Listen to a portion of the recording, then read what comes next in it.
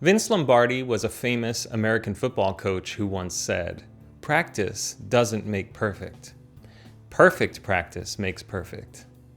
And the more I've practiced FraKctured, the more truth I find in that statement. Learning how to play the piece takes a special intention that goes well beyond playing a whole lot of notes in a short amount of time.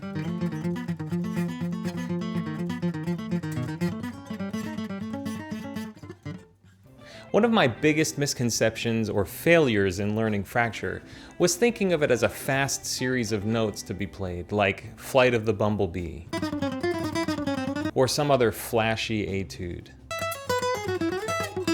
FraKctured and its sibling, FraKctured,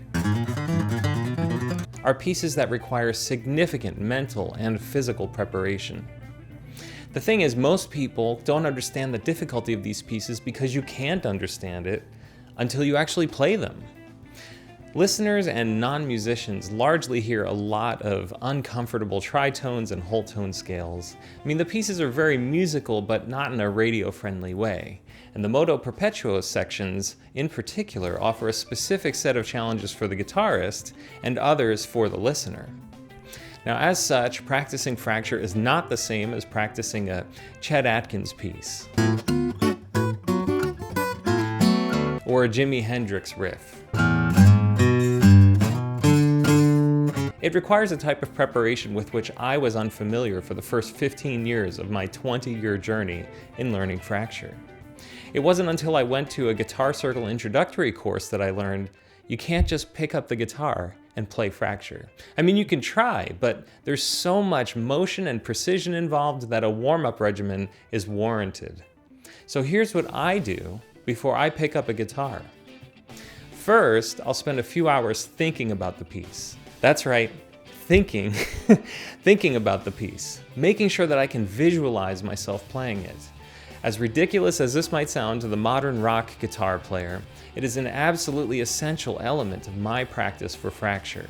If I can't visualize in my brain the act of playing FraKctured, then going to the guitar isn't going to be a worthwhile experience. Now, sometimes I'll go for long walks and visualize playing through the piece, mentally connecting with each note, each finger, the pick, and each string.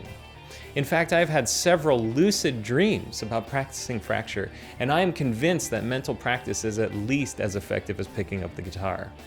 In these dreams, I'm still able to spot my mistakes because I come across these little speed bumps that get in the way of a great mental performance. And now, I'm not talking about like a little daydream here either. This mental practice is very, very detailed, and nothing is glossed over. When I feel prepared mentally, that's when I am ready to prepare physically. So preparing my body for FraKctured does not require a guitar. The first thing I do is sit up straight and adjust my skull position on my neck. When my skull is correctly positioned and my muscles are intentionally relaxed, the joint where my skull and my neck come together feels lubricated and loose. It only takes a few seconds for this to occur, and this is another one of those you'll know it when you experience aspects of playing. Next, I move on to specific spots in my body that hold stress, and I give them permission to relax. Specifically, I relax the muscles on the sides of my jaw, on various spots around my head and on my brow, my shoulders, and my hips. I use a mental exercise that Robert teaches called the practice of doing nothing, and I cycle through relaxing those muscles several times. Now at this point, I'm ready to pick up the guitar.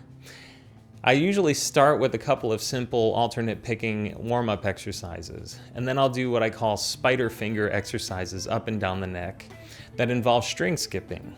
The key aspect of these warm-up exercises is to loosen up my right wrist and lubricate it. There's a particular muscle in the wrist that either enables or inhibits my ability to play it. It's right here on the top, and if I don't spend a few seconds connecting with that muscle, then I'm going to be too tight to practice. It's not something that's easy to describe, but I know my wrist is ready when I feel it relax. And I feel that relaxation emanate up through my hand here and then up my arm by a few inches. And finally, I can start to practice FraKctured. I'll get into what I actually practice in the next episode. But before we go, I want you to be aware of a new Guitar Circle introductory course happening in October 2020 in New York, taught by Robert Fripp and several crafty guitarists. It's open to anyone, even non-musicians. This will be an incredible opportunity for attendees. The course I took in 2015 changed my life in foundational ways. Now, if you are remotely serious about playing FraKctured, you need to consider attending this course. I would personally love to attend again, but I'm not sure my intentions would be right. So let me know in the comments if you're considering attending. Be sure to check out Robert's new video on the FraKctured Events YouTube channel where he talks about the course. It's very cool. I'm hoping, I'm planning, I'm intending to rock out and have a lot of fun.